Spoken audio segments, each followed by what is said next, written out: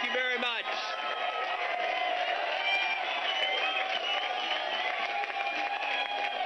Thank you.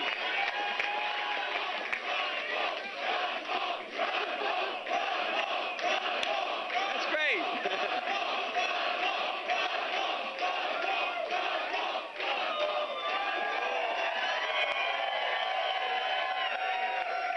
Thank you very much. Thank you.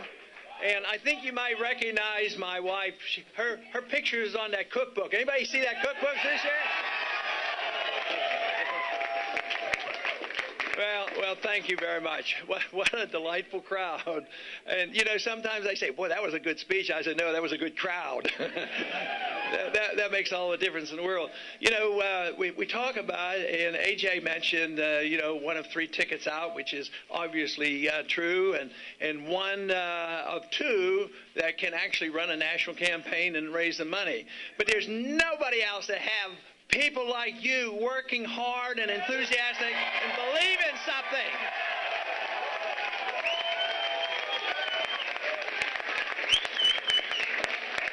That is all the difference in the world. And before I continue with any more comments, I do want to bring at least step forward three of our chairmen. You met already, A.J. Stryker and David Fisher would step forward, as well as Drew Ivers, who's been the chairman, and they are on the Central Committee, and they have led the charge all throughout Iowa.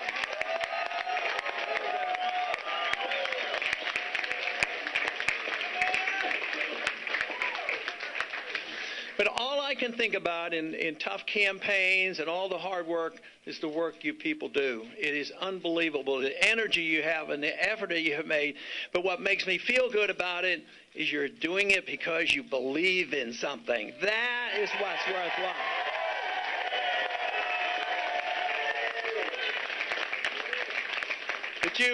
But you also know that there's 2 good things. Some people say, well, you guys just do that because you believe in something and promote a cause. Certainly, but how's the best way to promote a cause? That is, win elections. That's the way you promote it.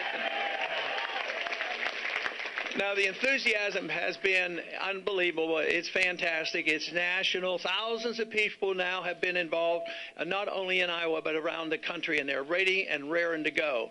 But we have to look at the wonderful changes that have occurred in our country in a positive way. The country has suffered a lot in a negative way. The economy's in trouble. Our civil liberties are being trashed. Our foreign policy has been a mess and drains us both economically and our military forces.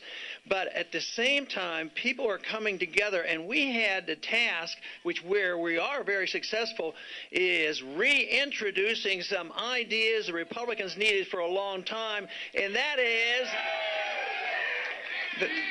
is the conviction that freedom is popular.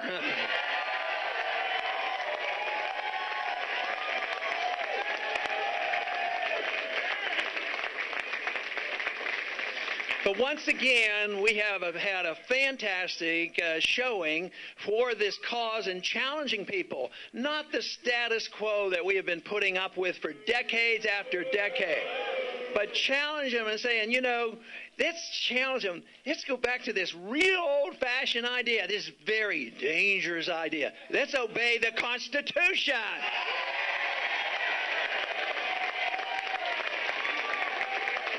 And too often, those who preach limited government and small government, they forget that invasion of your privacy is big government, and we have to emphasize protecting your personal rights and your economic rights are what the government's supposed to do. They're not supposed to run our lives or spend our money.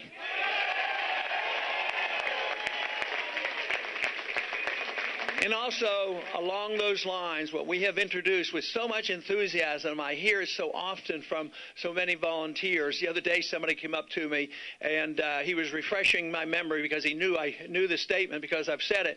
Back in the old days, in the early 70s, Nixon said, we're all Keynesians now, which meant that even the Republicans, they accepted liberal economics. He says, I'm waiting for the day when we can say we're all Austrians now.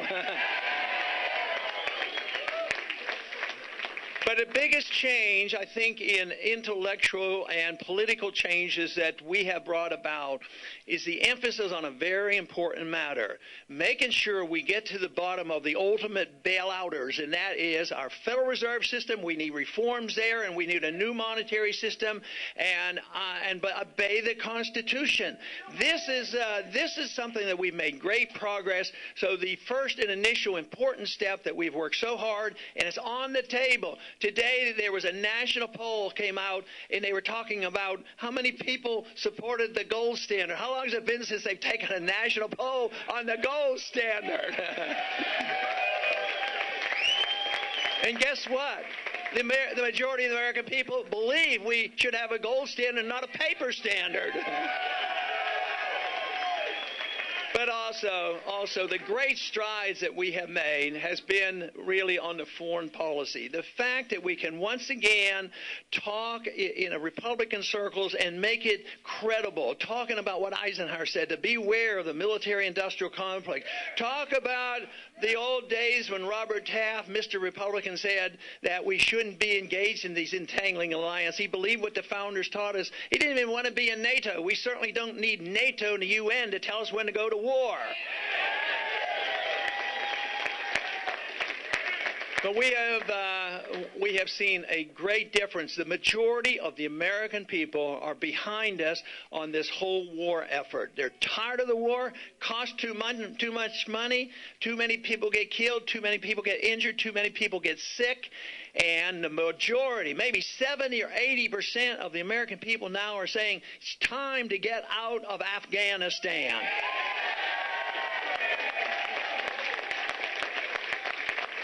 So those are the issues. Those are the issues that we have brought front and center. They're out there. They're not going to go away. And we have tremendous opportunity to continue this momentum. It won't be long that there's going to be an election up in New Hampshire.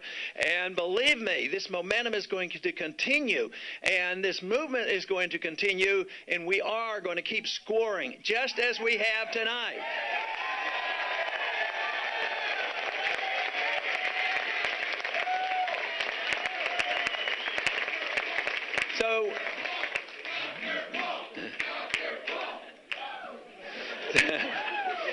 So tonight we have come out of an election, and we're essentially three winners, three top vote getters, and we will go on. We will raise the money.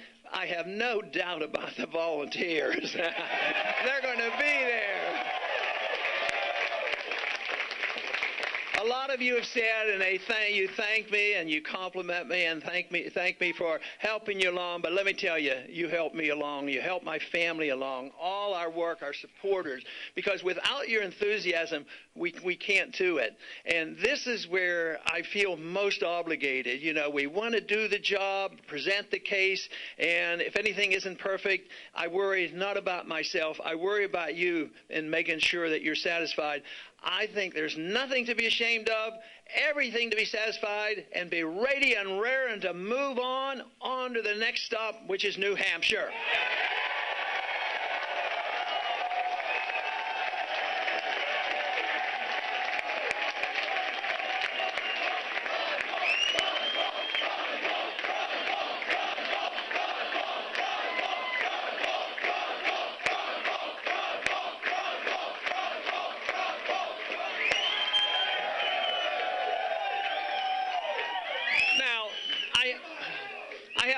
I have another speaker, a special guest tonight. He's been with us this evening. Matter of fact, he's been with us in our campaign for quite a few years. And you may have met him because he's been around here this evening.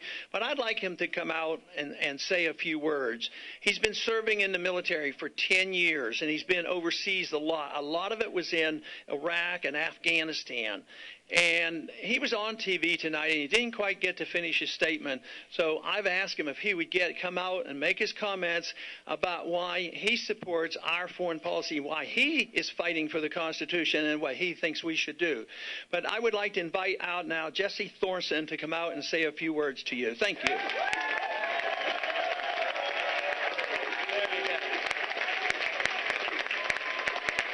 How about Ron Paul?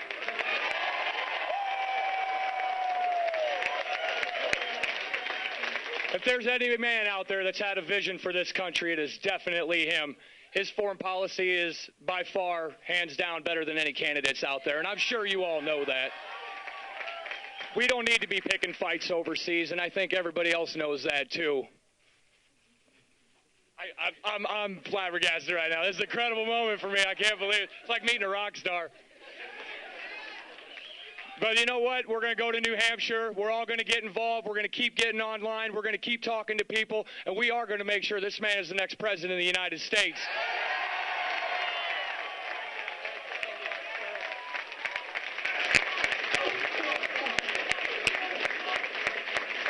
Thank you very much. That is a powerful message. And once again, we all know where the active military people send their money when they're campaigning. They send it to our campaign for liberty, our campaign for the Constitution, our campaign for limited government, our campaign for personal liberty and privacy, and a wise foreign policy.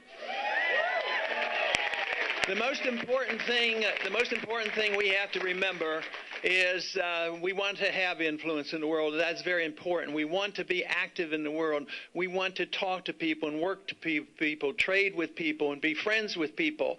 But what we need to realize is our ways. You know, there's people who say that we are an exceptional nation, and we certainly are and have been, but we're slipping. But this idea that our exceptionalism out of desperation say that we are so exceptional, what we must do is prove it to the world. We have to send our troops around the world and force it down their throats. If they don't do it, we'll, invade them and occupy them and force election on them. I'll tell you the best way to spread our message, and that is do our job at home. Preserve our liberties at home. Provide the free market. Have a sound currency. Balance the budget. Set an example and get the rest of the world to emulate us. That is the road to peace and prosperity. Thank you very much. Thank you.